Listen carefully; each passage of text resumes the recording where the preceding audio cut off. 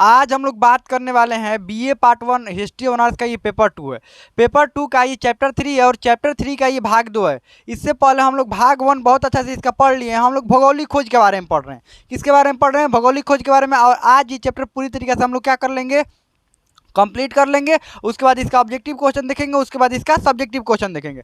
और आज वाला क्लास जो बहुत महत्वपूर्ण है, आपको देखने में सब बहुत आसान लग रहा होगा कि अरे ये प्रभाव लिखा हुआ है, ये कारण लिखा हुआ है, आपको देखने में सब आसान लग रहा होगा। लेकिन जब ये सब्जेक्टिव क्वेश्चन के रूप में, जब लॉन्ग क्वेश्चन के रूप में आपके सामने आते हैं, या ऑब्जेक्टिव क्वेश्चन के रूप में जब सामने आते हैं, तो यही आपके लिए एक बड़ी समस्या बन जाती है। कैसे? जो आसान चीज़ दिखता है वही समस्या बन जाता है, क्योंकि हम लोग उसको इग्नोर कर देते हैं। और आसान चीज़ों को बारीकी से समझना हो, क्योंकि आप एग्जाम में ऐसे नहीं आ रहे हैं कि क्वेश्चन आपसे सामने सामने पूछ दिया जाए। नहीं, आपका दिमागी लेवल भी चेक किया जा रहा है। और ऐसा नहीं कि सिर्फ एक ही एग्ज़ाम आपको देने हैं। ज़िंदगी में तो बहुत सारे एग्ज़ाम देने होते हैं, और वैसे भी ज़िंदगी एक एग्ज़ाम होता ही है। एक एग्ज़ाम से बाहर निकलिए, दूसरा एग्ज़ाम देना होता है। तो चलिए हम लोग आज की क्लास शुरू करते हैं। तो हम लोग क्या पढ़ लिए थे? यहाँ पर पढ़ लिए थे कि भौगोलिक खोज के बारे में कौन कौन थे। ये बार्थोलोमेव डियाज था, 1487, याद तो है ही। दक्षिण अफ्रीका के दक्षिणतम बिंदु का खोज किया था इसने, केप ऑफ गुड होप, जिसको क्या कहते हैं? केप ऑफ गुड होप, यानी उत्तमाशांत द्वीप, ध्यान रखिएगा। और कोलंबस, कोलंबस को तो पहचानते हैं, ये इटली का यात्री था, ध्यान रखिए। सॉरी, ये इटली का नाविक था। ये जो कोलंबस था इटली का नाविक था। और इसके इसके ही ये जब पहुंचा था वहाँ पर अमेरिका में 12 अक्टूबर 1492 को। स्पेन में इस दिन 12 अक्टूबर को स्पेन में अवकाश घोषित किया गया, ध्यान रखिएगा। और एक बात थोड़ा सा समझ लीजिए। शायद हमें लगता है कि पिछले वीडियो में जो पिछले क्लास में उसमें हम बताए थे कि जो इसाबेला महारानी थी वो पुर्तगाल की थी, जबकि ऐसा नहीं है।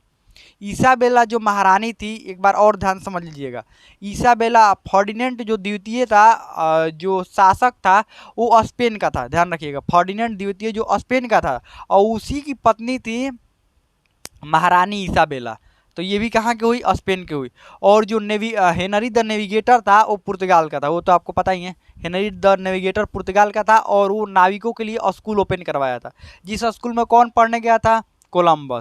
कोलंबस पढ़ने गया था। और कैसा पढ़ाई किया? ये जाना था पूरब, चल गया पश्चिम। लेकिन हाँ, कुछ ना कुछ तो खोज करके आया ही, ध्यान रखिएगा। कुछ ना कुछ क्या किया? खोज किया। इसीलिए कहा जाता है कि घर से बाहर निकलना होता। अब घर से बाहर निकलने का मतलब ऐसे ही नहीं कि कोई एक कदम आगे बढ़ाना होता है। कोई भी काम करने के लिए कोई एक कदम आगे बढ़ाना होता है, तभी तो कुछ परिणाम निकलेगा। देखिए यहाँ पर परिणाम निकला, क्या निकला? कोई ना कोई तो खोज हो ही गया, और एक नई दुनिया का खोज हो गया, जो आज तक यूरोप के लोगों को पता ही नहीं था कि उधर कोई देश भी है। और एक नई दुनिया खोजा, इतना जमकर फायदा उठाए उस दुनिया का। आप आगे देखेंगे, इतना नई दुनिया का, यानी अमेरिका के इतना शोषण किए जो जिसकी कोई हद नहीं है। आज अमेरिका को आप देखते हैं कि हर देश में घुसता हुआ चलता है। हर देश की इंटरनल मैटर में वो अपना टांग अड़ा देगा। या हर देश में, कभी भी किसी देश में देखिएगा, कुछ भी अगर विवाद होगा या कुछ भी होगा, तो वहाँ पर अमेरिका का पक्ष जाना जाएगा। या अमेरिका चाहता है कि उसके डॉलर में ही सारे जो देश है वो व्यापार करे। मतलब हर जगह अमेरिका हस्तक्षेप करते हुए चलता है ना।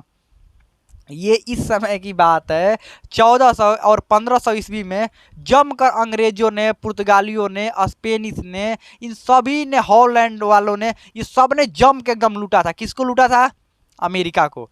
और आज अमेरिका देखिए कितना ताकतवर बन गया है। इसीलिए कहा जाता है कि सभी का एगो दिन आता है, बस दिन का इंतजार करना होता है, और उसके लिए कार्य भी करना होता है। ये नहीं कि कहे अपना टाइम आएगा, अपना टाइम लाने के लिए करो, कार्य ही नहीं कर रहे हैं।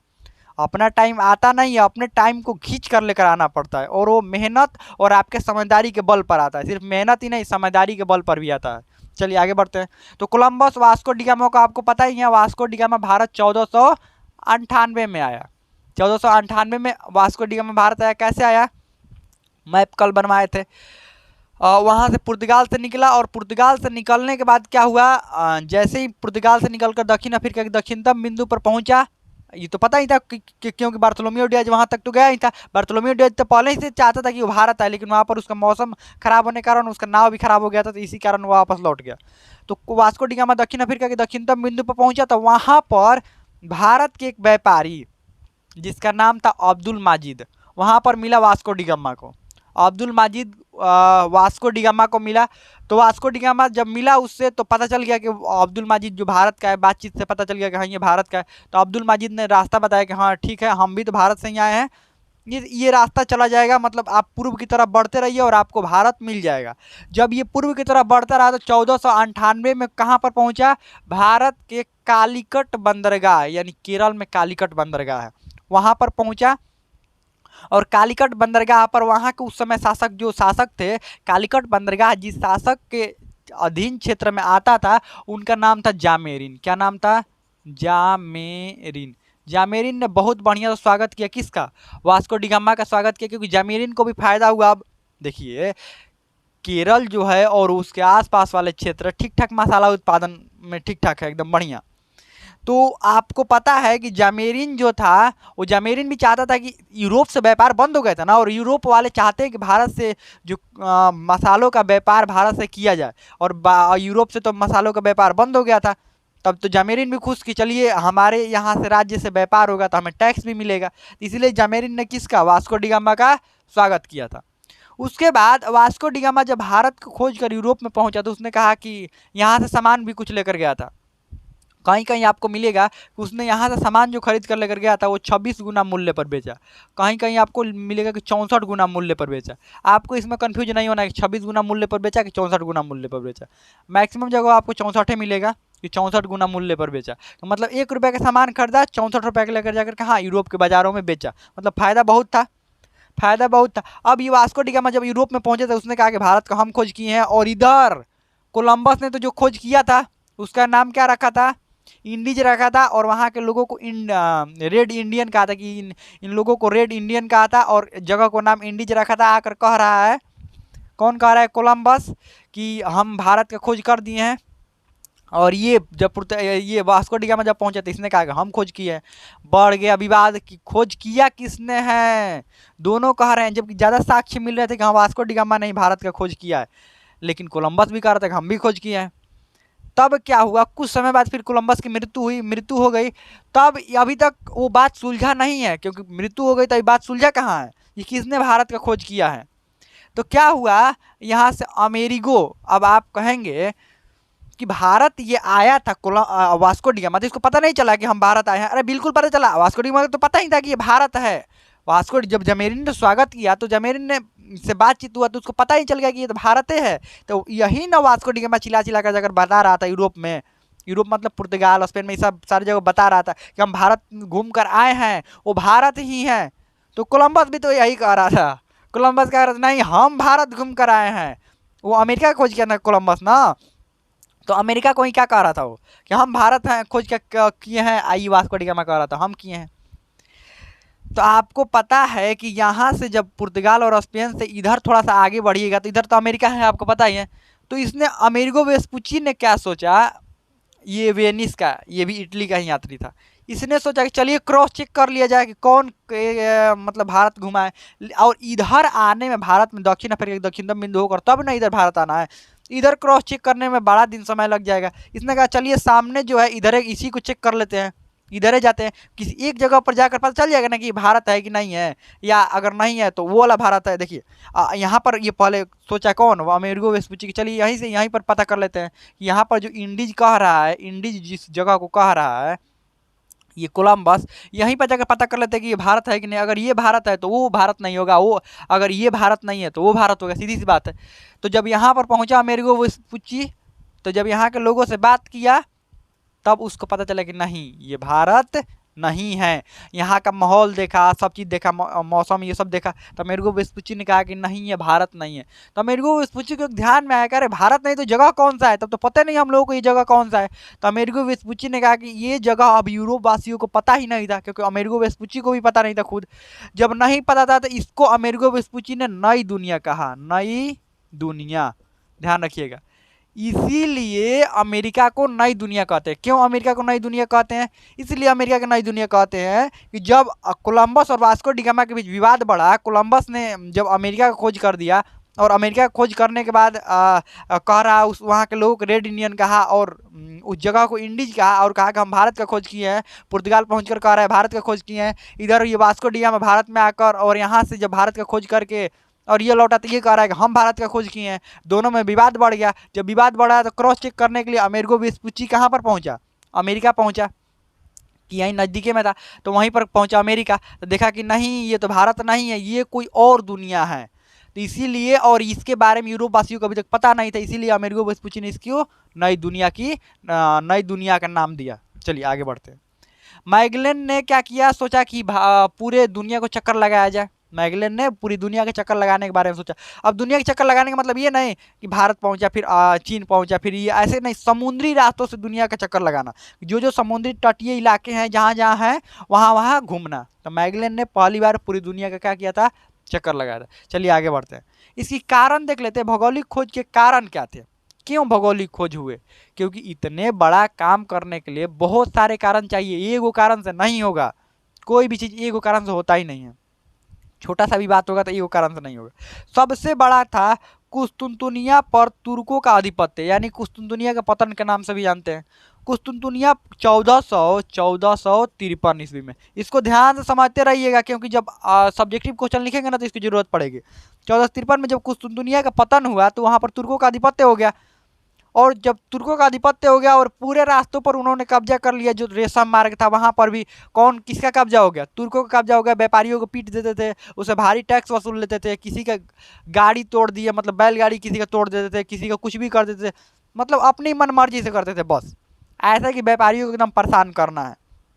व्यापारी परेशान, जब व्यापारी परेशान हो गए और वो रास्ता भी बंद हो गया, रास्ता बंद हो गया तो भारत और यूरोप के बीच का जब रास्ता बंद हो गया तो व्यापार पूरा रुक गया, और व्यापार रुक गया तो बहुत दिक्कत हो गया ना। किसी भी देश से अगर बहुत ज़्यादा व्यापार हो तो व्यापारी, देखिए व्यापारी तबाह हो गए, व्यापार रुका तो व्यापारी तबाह, मजदूरों की हालत ख़राब होने लगी। जब व्यापारियों की हालत ख़राब हो तो सीधी सी बात है कि मजदूरों का भी हालत क्या होगा, ख़राब होगा। हम कहते हैं कि हमारे देश के व्यापारी इतना पैसा कमा रहे हैं, इतना ये कर रहे हैं। आप एक बात समझिए, अगर व्यापारी की हालत ख़राब हुई ना तो देश में मैक्सिमम चीज़ों का हालत ख़राब हो जाएगा, मजदूरों की हालत ख़राब हो जाएंगी, सब चीज़ बाज़ारों के मतलब बाज़ार में महंगाई बढ़ जाएगा, सब चीज़ हो जाएगा। व्यापारियों की हालत ख़राब नहीं होनी चाहिए, और इसका मतलब ये नहीं कर रहे हैं हम कि व्यापारियों को ही बहुत ज़्यादा फायदा होना चाहिए। चलिए आगे बढ़ते हैं। धर्म युद्ध 200 वर्षों तक, 11वीं और 12वीं शताब्दी में धर्म युद्ध चलने वाला, 200 वर्षों तक धर्म युद्ध चला। पश्चिम से पूरब का ये धर्म युद्ध माना जाता है। धर्म युद्ध के चैप्टर नहीं है, हम लोग अलग से पढ़ेंगे। यहाँ पर ये धर्म युद्ध हुआ कहाँ पर था, जेरूसलम के लिए हुआ था, ध्यान रखिएगा।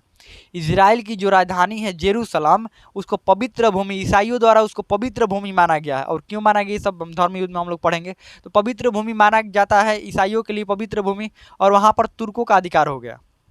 तुर्कों का जब अधिकार हो गया तो ईसाइयों के जो धर्म गुरु थे उनका था कि तुर्कों का, हमारे धर्म स्थल पर तुर्कों का अधिकार कैसे हो गया।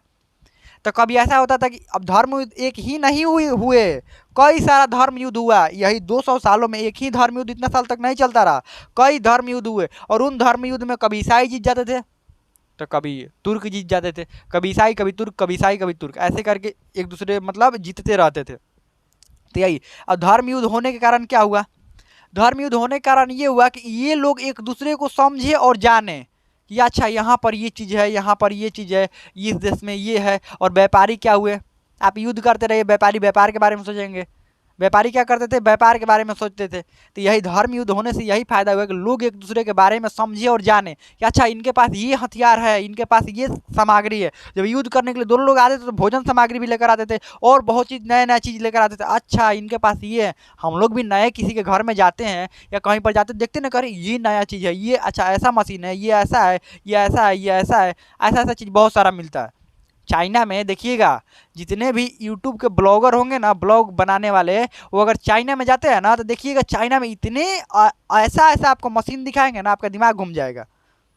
ऐसा ऐसा मशीन वहाँ पर विकसित हो गया है, आपका दिमाग घूम जाएगा। इतना तरह का ऑटोमेटिक मशीन विकसित हो गया। हम एक देख रहे थे वहाँ पर गर्दन में लगाकर पंखा लगाया हुआ था, यहाँ पर गर्दन में नेक बैंड जैसा था यहाँ पर, और यहाँ पर पंखा था, पंखा एकदम हो रहा है। फिर देखे थे ये घर साफ करने वाला अपने आप चल रहा है मशीन। अरे बहुत तरह के चीज़, छोटे छोटे गैजेट वहाँ पर बने हुए थे, खिलौने ऐसे ऐसे बने हुए थे, आपका देख कर दिमाग हिल जाएगा, अरे ये क्या बना दिया इन लोगों ने। समझ लीजिए इतने चीज़ वहाँ पर मशीन विकसित हो गए हैं।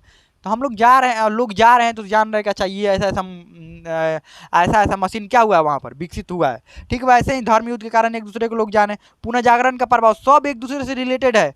ये होने के बाद ये हुआ, इसके बाद पुनः जागरण हुआ धर्म युद्ध के कारण, ये आपको पता है कि पुनः जागरण भी हुआ धर्म युद्ध के, चाहे कुस्तुनतुनिया पर, यहाँ पर कुस्तुनतुनिया पर तुर्कों का जब आधिपत्य हुआ, इसके कारण भी यहाँ पर पुनः जागरण हुआ। क्यों?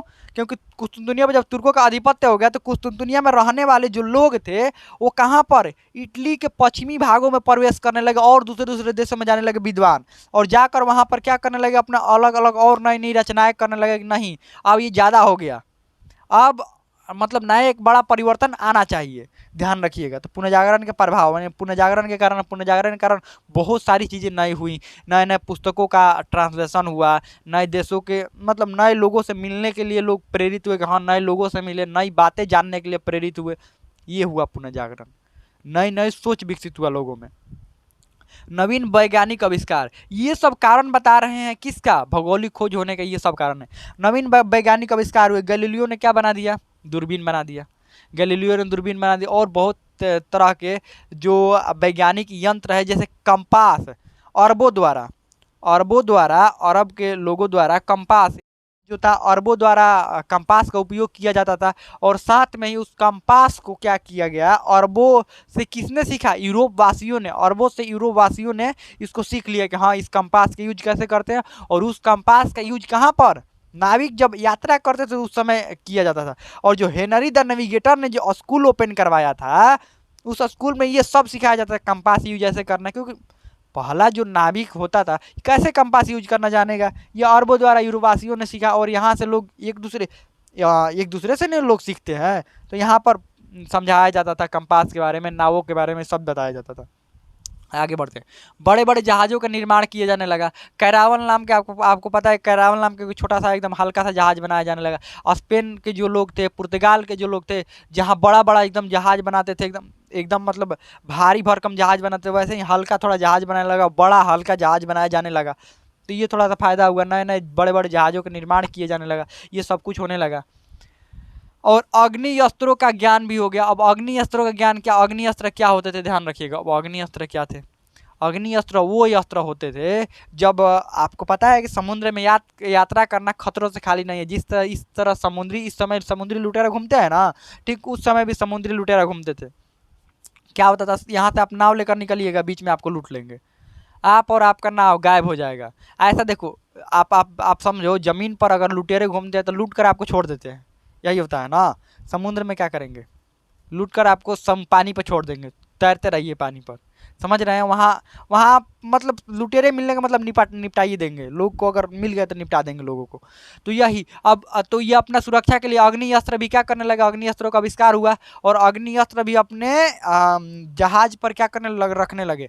आपने सुना होगा कि जैसे ये वास्को डिगामा भारत आया या कोलंबस, तो ये अकेले नहीं आते थे। कोलंबस ने 3 जहाज़ों को लेकर निकला था। कोलंबस जो अमेरिका खोज करने के लिए निकला था, 3 जहाज़ों को लेकर निकला था, और उस पर बहुत सारे लोग थे।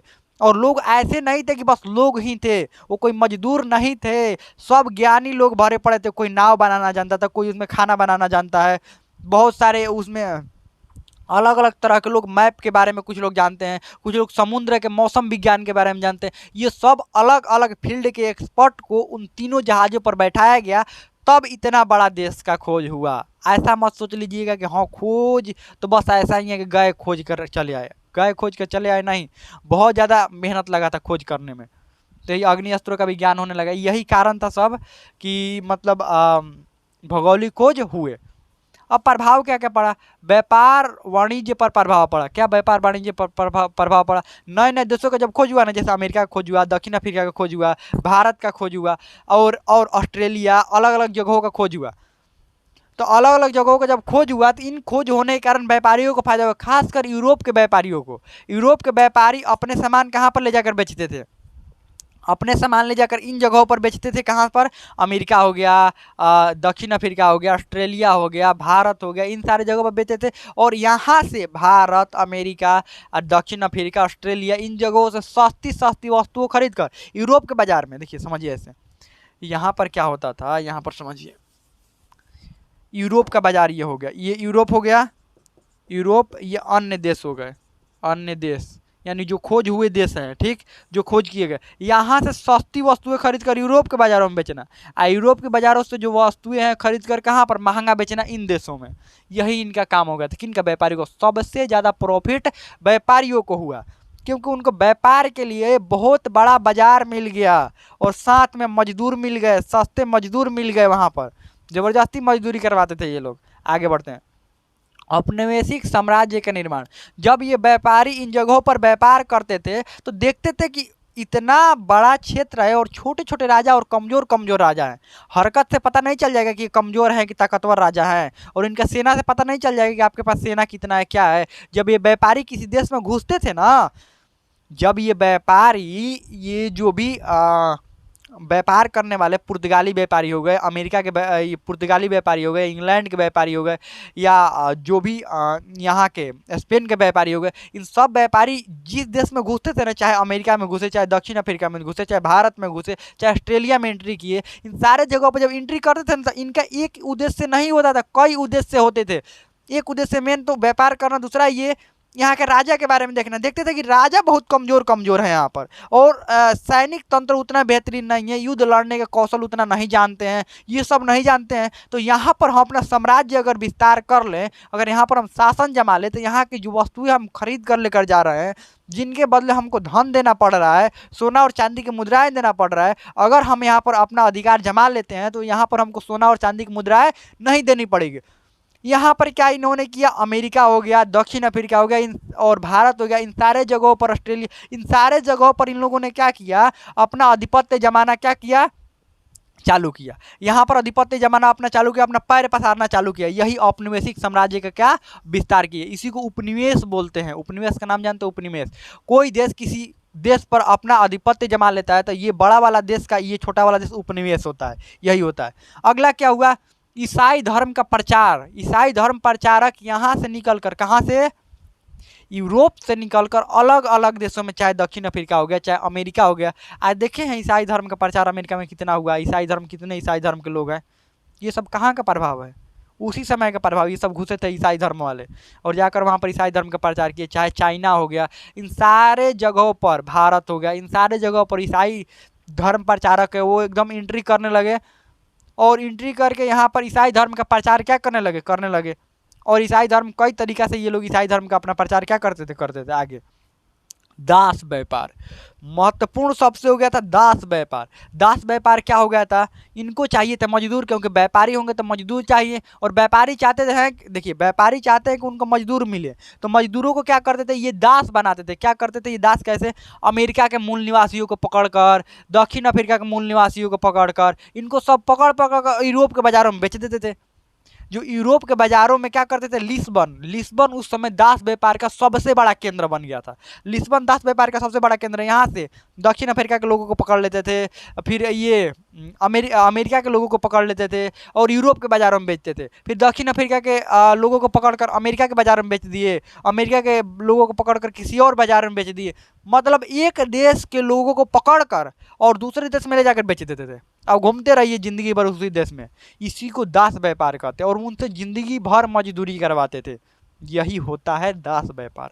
सबसे अधिक बढ़ गया था दास व्यापार, समझ लीजिए।